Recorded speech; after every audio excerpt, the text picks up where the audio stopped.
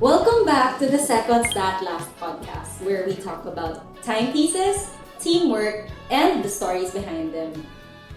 Here, we're sitting with Swiss Perpetual Manila team, the people who make everything happen behind the scenes. From operations to sales to marketing, we're diving into what it's really like to be a part of Swiss Perpetual.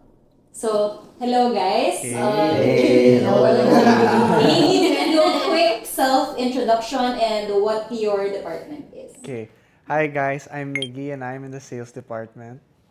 Hi guys, I'm Shen and I'm also in the sales department. Hi, I'm Mary. I'm part of the marketing department.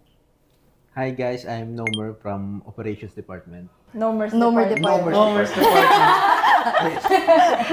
Okay guys, so let's get into our personal journeys. How did you end up working in Swiss Perpetual? Well, I feel like this was my first job, and the reason why I was introduced to Swiss Perpetual was because I was their intern. And I found them through this Telegram group chat called Internship Opportunities. And somehow, some way, I applied there and they actually paid attention to me. So after maybe 8 months of interning, which is too long as an intern maybe, working on... Well, you were doing it for I was doing it fun. for fun. Yeah, At he wasn't once- doing it for once any a week, school right? requirement. Yes. Once a Yeah, week? yeah. Once Every a week. Saturday. Every Saturday. Yeah. So like, I guess from there, they decided to tap me if I wanted to full-time just before I started, You were just still before I studying. graduated. Yeah, he was still So, studying also when It was funny because by the time I did my graduation ceremony, technically, I was working You're full-time working already. now. Oh. Yeah. Graduating, I couldn't wait to work na eh. How about you guys? Me? My turn? Shen. Yeah. So for me, how did I start here? How did I end up here? Just kidding. Why am I here? No, just kidding. No, I'm just kidding. So for me, actually, I started in Swiss Perpetual because of Adrian. So as you know, we work together in Louis Vuitton with Judy, LV people. So we met in Louis Vuitton, and then he left for Beijing and everything, and he was always passionate about watches. Adrian's always been passionate about watches. I wasn't, but I was into fine jewelry naman. But what happened was like when they were starting Swiss Perpetual, when they were doing it online, he was already asking me if I wanted to join the three of them, the three stooges. So, but then I declined because at the time I just left LV, but I had a work from home job. So I was like, I don't want to learn how to drive. Because he told me I needed to learn how to drive. Kasi online lang. But then... So yeah, we didn't have a store back then. Yeah, back then. And then, so I declined. Because he was like saying, Shen, you need to learn how to drive. I'm like, no, sorry. I'm staying home.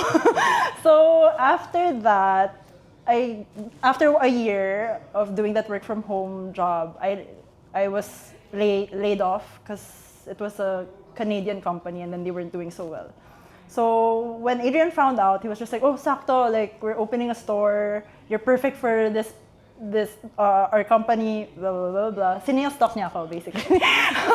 And then, so I was just like, okay, why not? Like, I'll meet the partners. So I met RC and Klein also. Then, we kind of had a small interview and then they were just like, okay, we want you there. And I'm like, okay, sige, let's try. And then, I ended up staying because like it's been really fun, been really nice meeting everyone. Din naman. We all get along, so I'm happy I said yes finally to Adrian. Yeah. Okay, how about Mary? How did I start here ba?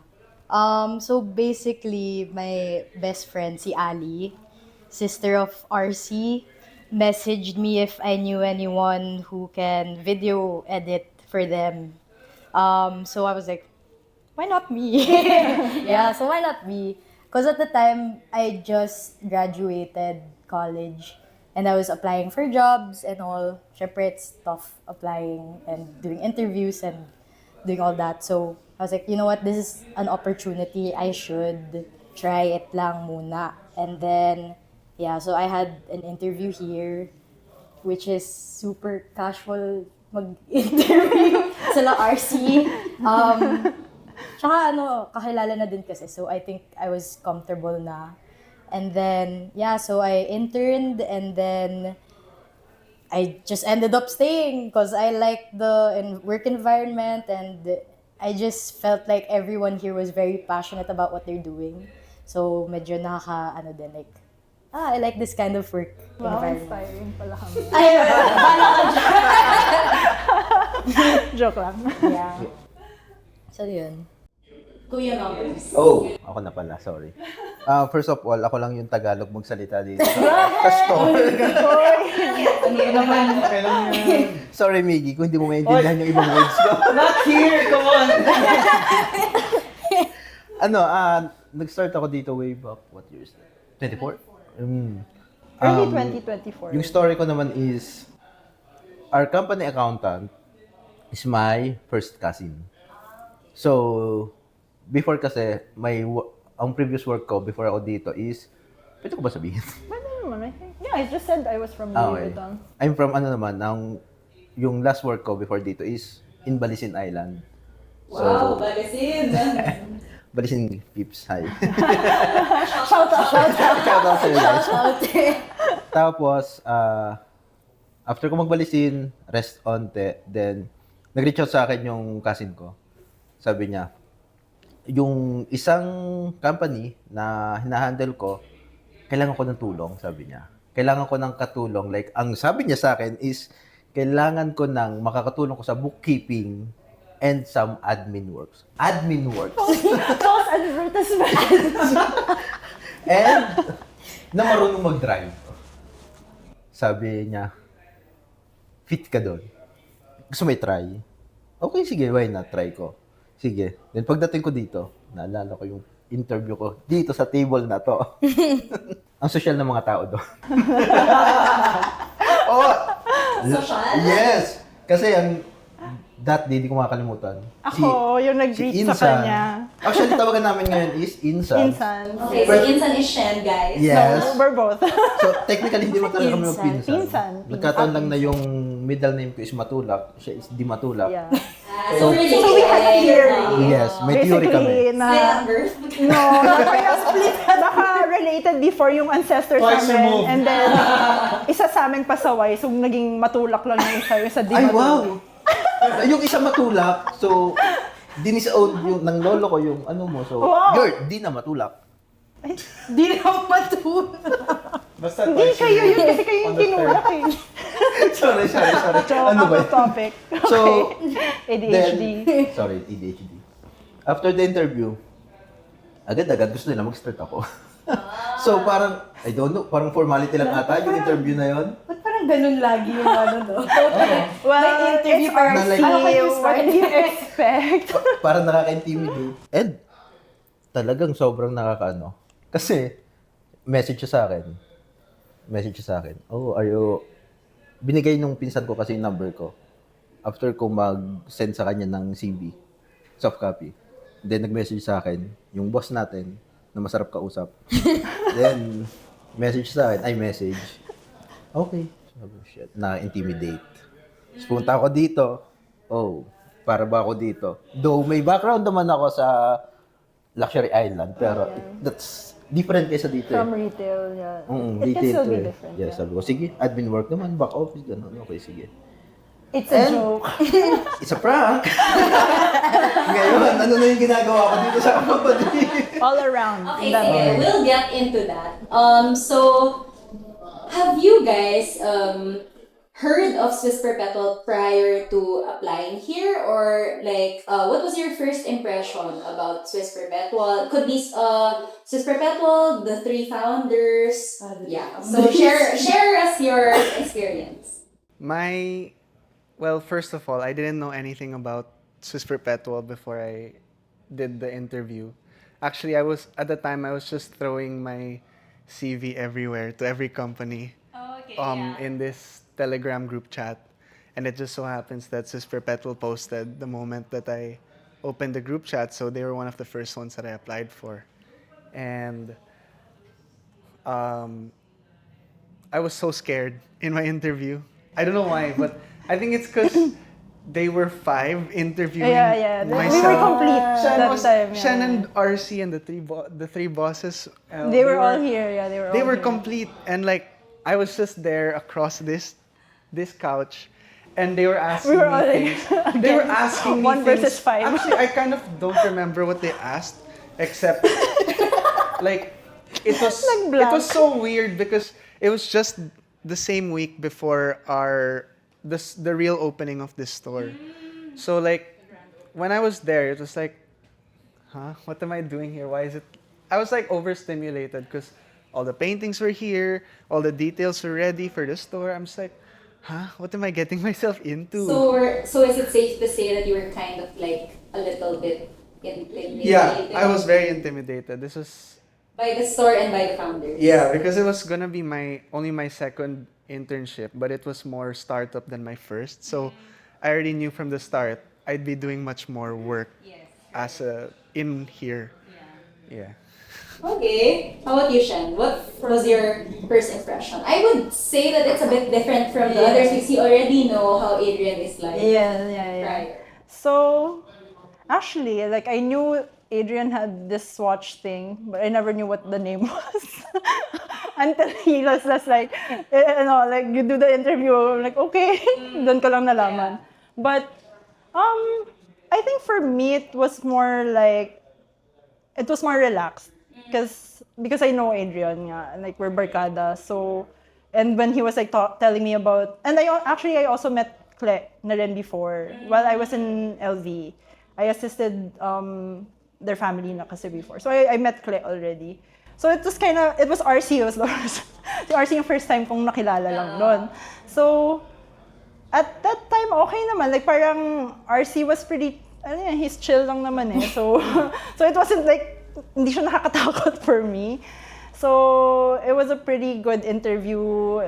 I wouldn't even call it an interview, but yeah, dyan lang kami sa pantry. So yeah. Pantry? My interview was the soft opening. So yung mga family, like it was like the soft opening of Swiss Perpetual. So it was mainly like family and friends. Yes. So after nun, dinner pa kami with sina tita. Yeah. So it was pretty relaxed naman. Yeah. So pretty good. Yeah. How about you, Mary? Mine was a mix, I would say. Kasi kakilala ko na si RC and Angel. So, well, I don't know how they would work, but I knew them. So I was like kind of comfortable, but at the same time, Pressure. this is like work. It's different pag work compared to, like childhood. Like just hanging out. Yeah, just hanging out. Yeah. It's different. Yeah, it's different. Yeah. So I remembered my interview here when it was in this room. Miggy was there. I actually thought Miggy was like my age. Oh. Gulat ako that you're younger pala. Mukha ka na kasing bata. Sorry. No. I think I was somewhat intimidated with the watches and like not knowing anything at all. Cause like what Miggy said, what am I getting myself into? Like, I didn't know anything about watches, but I was here because I needed a job. It's the funniest thing because it's like it's our first job also. That's why it felt intimidating. I think that's probably it also. But the product knowledge is really intimidating. Yeah, it is. Really naman. But I remember editing the first videos and it was like, you need to know the reference numbers, like what model the watch was. And I was like, what do I do? What do I ask? What do I... Yeah, very intimidating. But once I got to know naman the team, like, they're all very helpful. So, yeah, first impression, intimidating. How about you, Kuya Nomers? Nasabi ko nakakainis. Sobrang... Actually, before ako mapasok dito, alam ko na yung company. No, technically yung company pero hindi yung name. Kasi before narinig ko si ate during that time. before mag-open yung company, nag-ayos sila ng mga books, permits, and whatsoever. Nasa condo ako ni ate that time. Narinig ko tumawag Sir RC sa kanya. Narinig ko na boses niya noon. Yun yung first na sabi ko, sino yun ate? Sabi niya, ay, yung bagong client ko. Sabi niya mag-open kasi sila ng... Pero wala pa sa isip ko na mapupunta ako that time. Parang pinuntahan ko lang si ate. Nagluto ako. Mahilig kasi ako magluto. So, tumambay lang ako sa condo, nagluto ako. Tapos kamustahan. Tapos sabi niya, yung bago kong client, mag-open kasi sila ng store. Mga luxury watch. Mga Rolex, gano'n.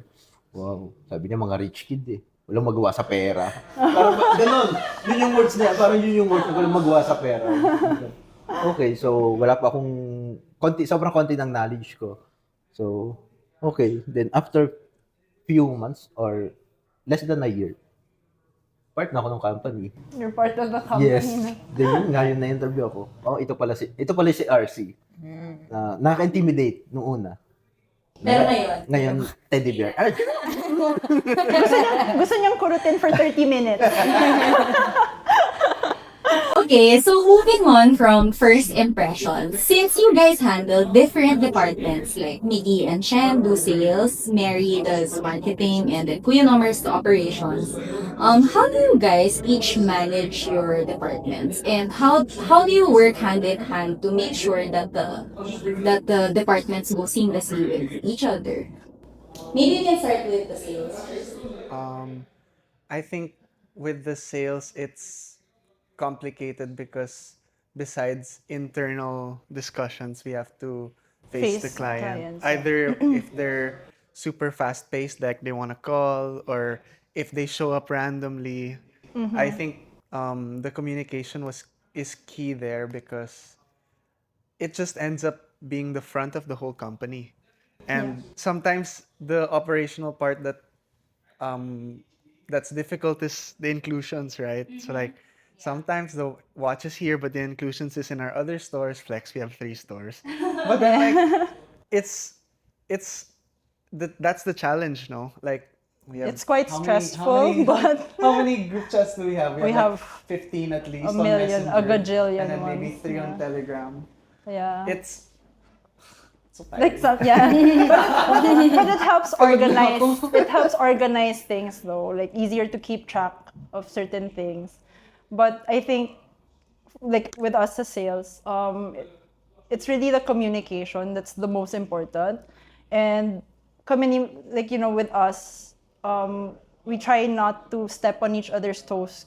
So as much as possible, we really tell each other like, oh, I have an appointment for this. I have this client, like that. So at least it's kind of like because it happens. Sometimes a client, he's talking to a client already, and then biglang magme-message sa akin kasi hindi lang siya naka-reply. So those kinds of things, so that we don't have any misunderstandings or any tampuhan like that, we try to really tell each other our potential or Our mga leads, prospects, our yeah, leads, yeah. so that if someone talks to me, I'd be like, oh, Miggy, is this the same person? Like that. And then at least, it's clear. And then we can talk about it na, okay, sige, ikaw na lang mag-assist kasi you've been talking to him na. Oh my gosh, sometimes So, it's the same person but it's, pa. like with sales, it's really, really difficult in that sense na, how do you say, like, that presence that The you just presence like, of it's mind yeah, that like, these things are. and so many situations can happen. Like it's not just one. Like Judy knows this also in LV. Retail sales is very, very. Can get really catty out. Yes, It's ruthless out can. there. But the thing is, like for me at least, I don't want to be like that. I want it to be like everyone happy, yeah, and like I want everyone to win. Yun, yung mas masaya yung ganon, Yeah, right? tama. Because it's just us na nga lang here, and then diba, if we're gonna be fighting over simple things like that, I don't think it's worth it, right?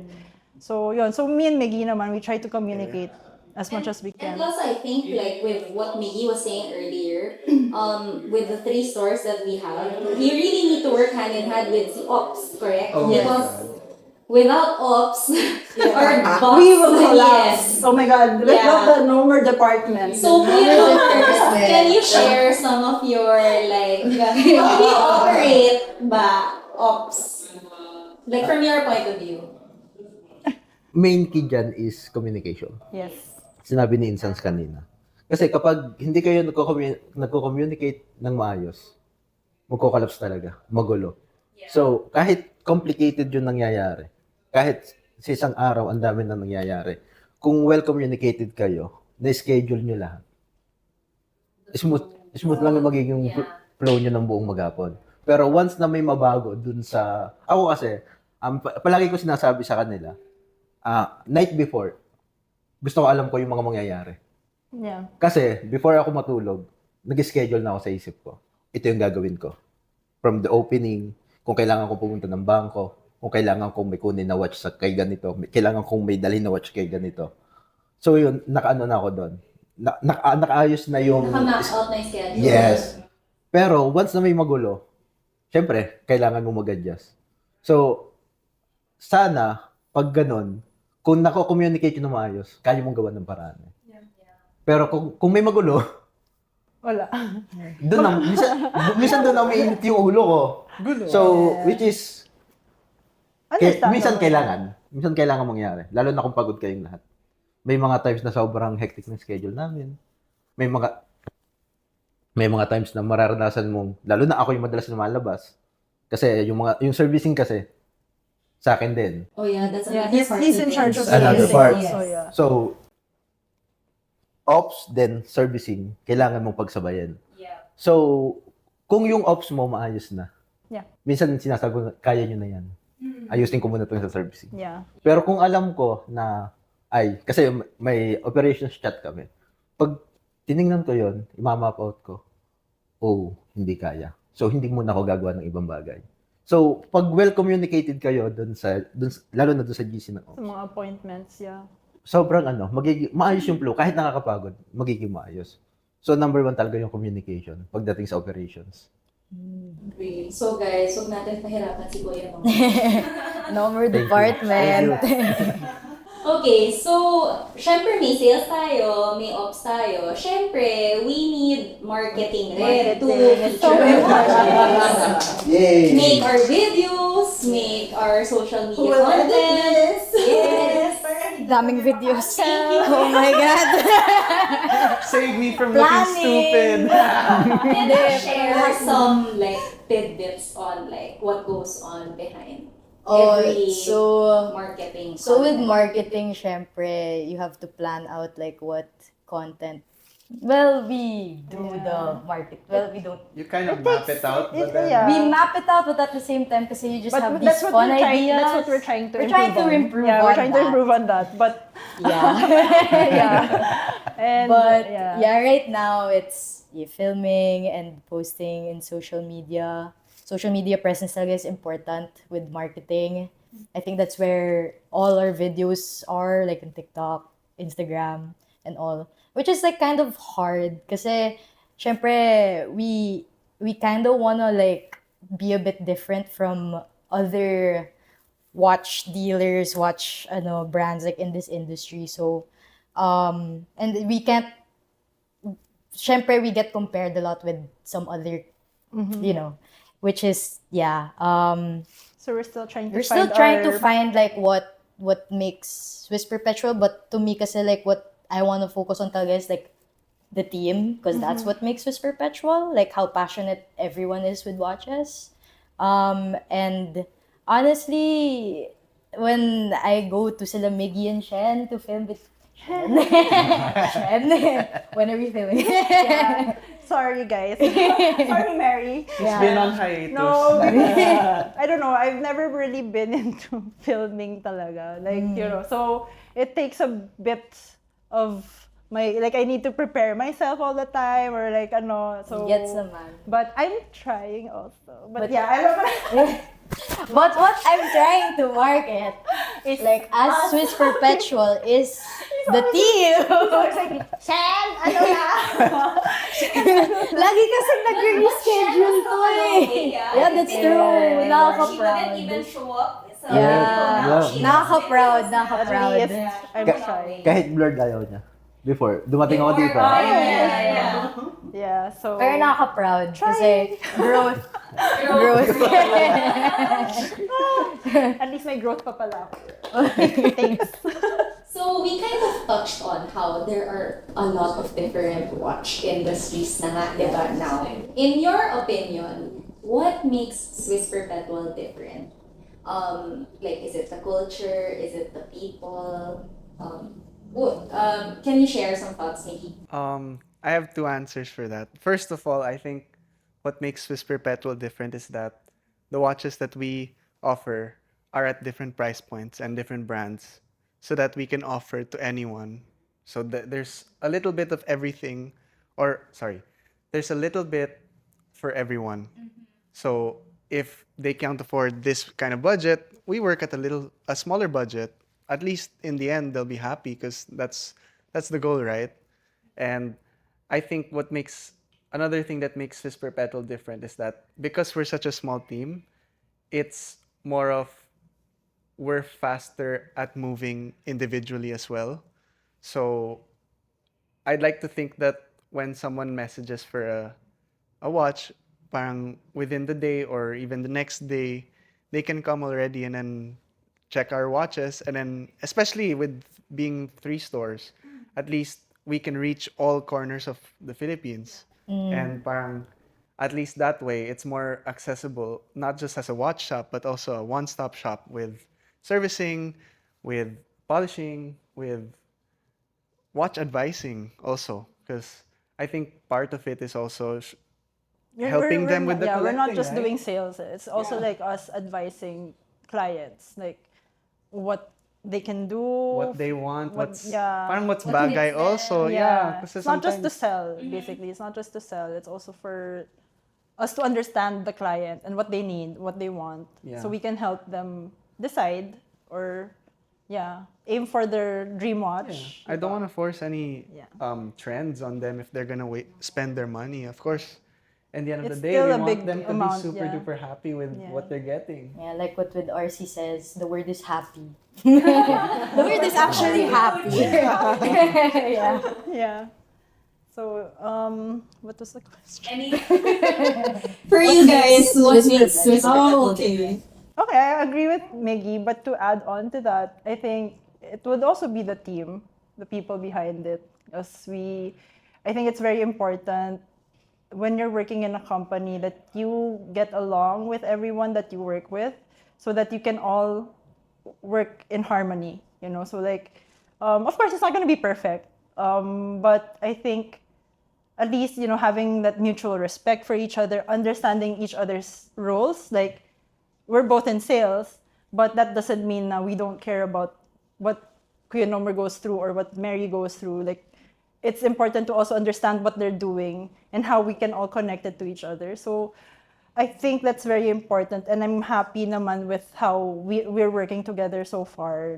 It's I mean, like I said, it's not perfect. We're still working on some things, but for the main part, or for the we're doing pretty okay. Yeah. So I think it's also us, the team. It makes us unique in that sense also. How about Mary? Alright, they said it all, man. I have another. Maybe that's why it's good that I'm doing Another- at first, so I can steal everyone's answers. So next time, dito.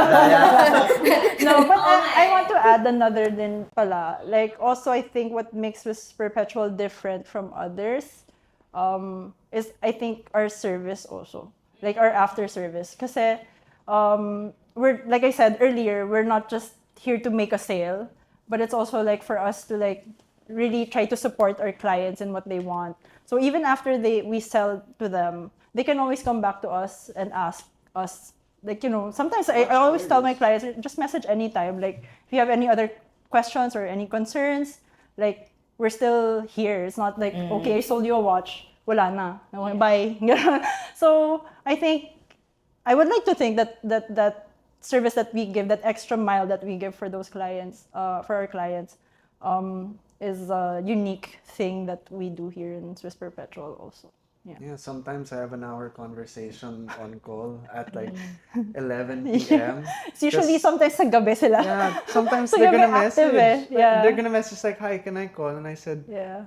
Sure. Yeah, actually, like yeah, me and there's- Miggy, we work like also married din naman. Actually, all of us, we still work even after office hours. Office hours. Yeah, of because like, 7. syempre, you can't control naman when people are gonna message you. So, and we learned that we have to reply as quickly as possible because, you know,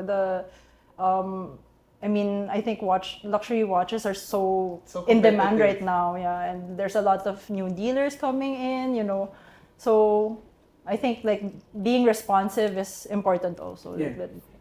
So minsan talagang 12 midnight we're still like we're still messaging our group chat. How much is like this? How much can like that? Can this can we How much kaya pang trade lower? value How much is the trade value for this?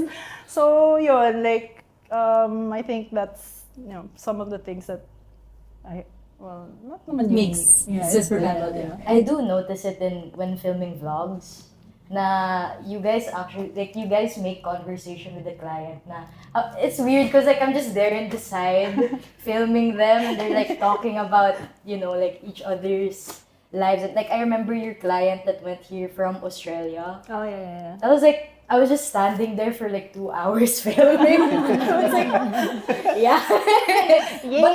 But then it's like, nakakatuwa because you're not only selling the watches, but you're also like trying to connect with the client as well. Yeah. Yeah. So I guess that's what makes Swiss Perpetual different in a way. Well, not different, but yeah. That's what we're trying to do. Yeah, like, it's, you know. it's like a standout, I guess, for SP. Yeah. Ikaw, Kuya Nomers, anything to add?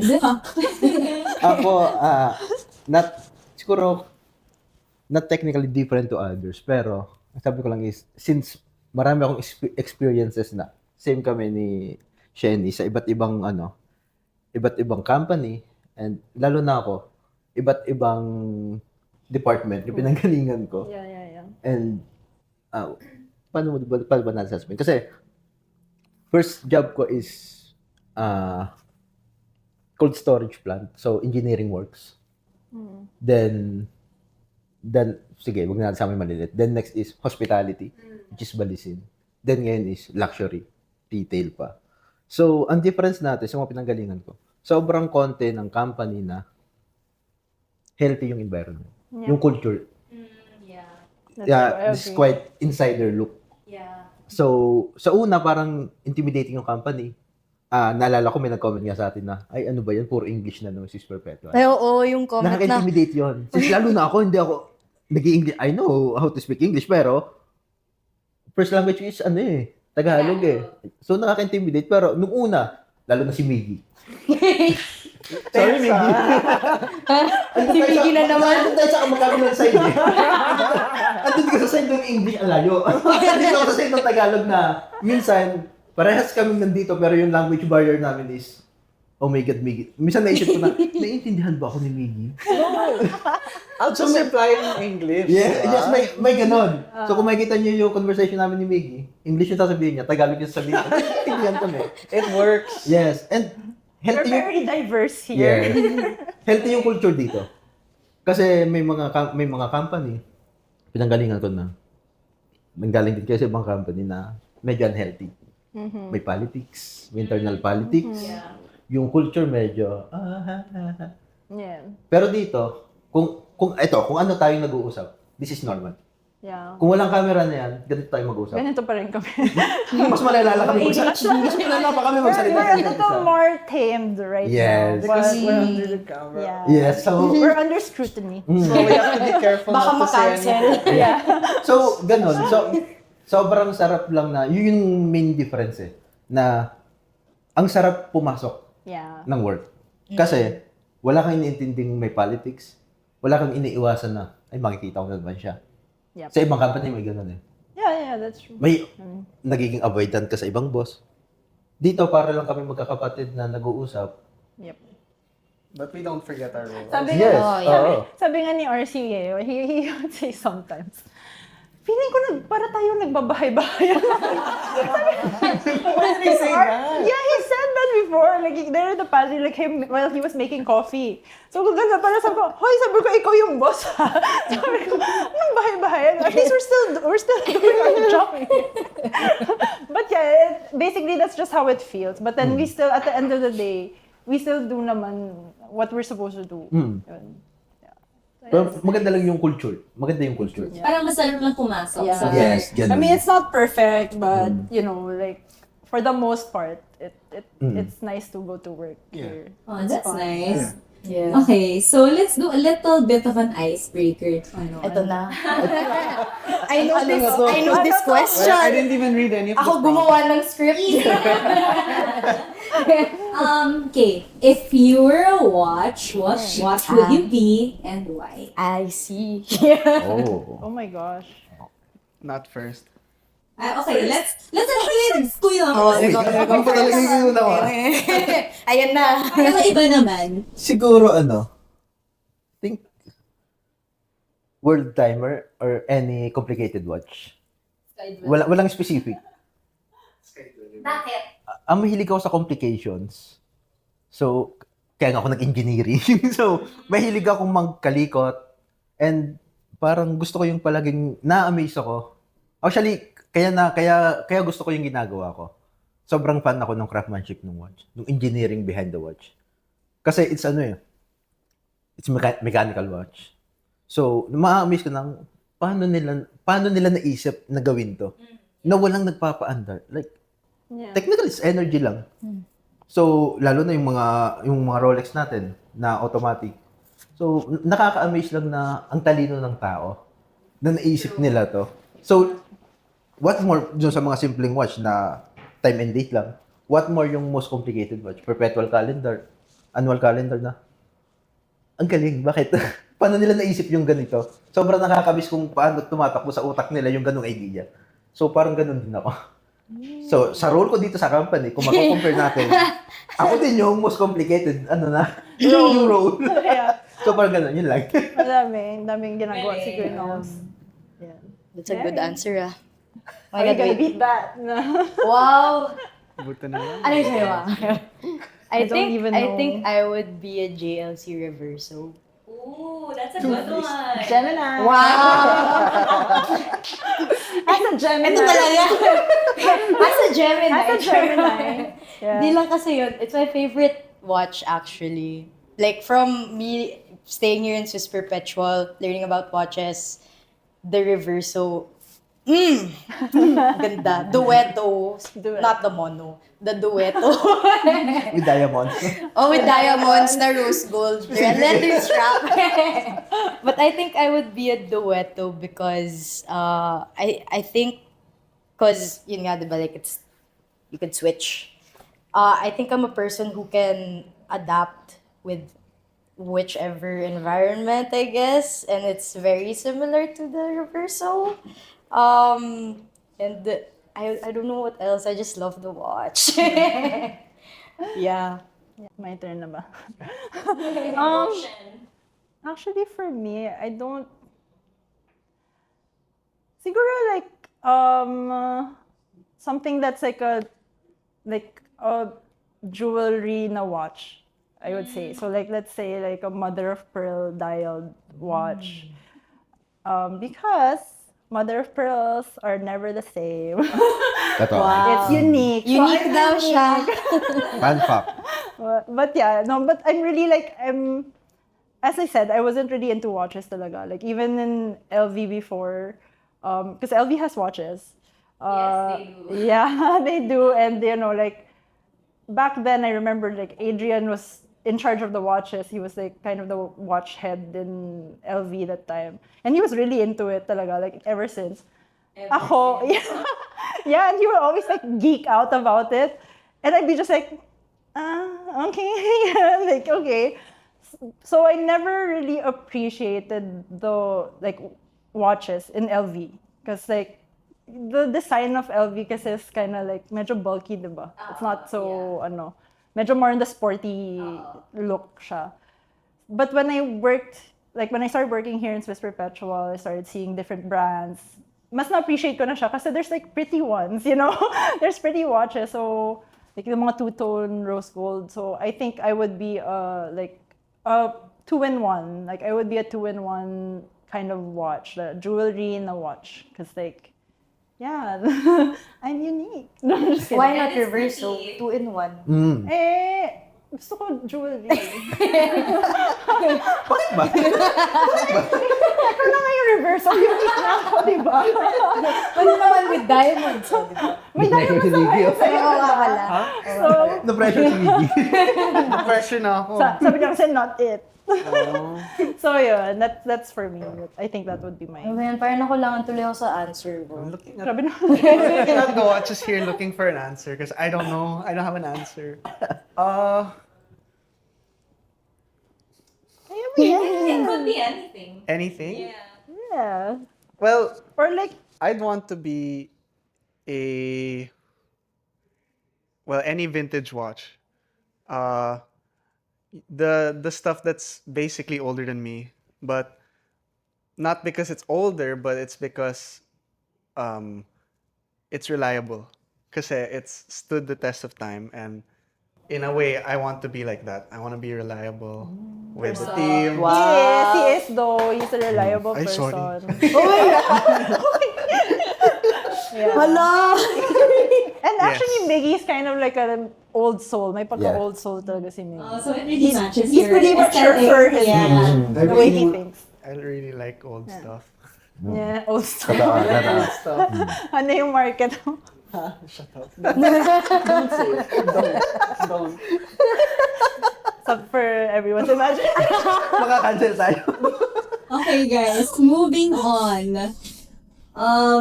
Ready na ba kayo dito sa question ko? Ano to? Oh my God, wait. Natutuwa siya, kinakabahan ako. Natutuwa siya. Ay, yung kinakabahan ko.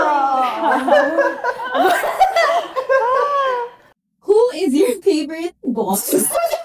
Oh my God. And give an answer why. Sometimes I love one more than the others. And then sometimes Move to I the don't next like one. that other one. And then, like, please, communicate.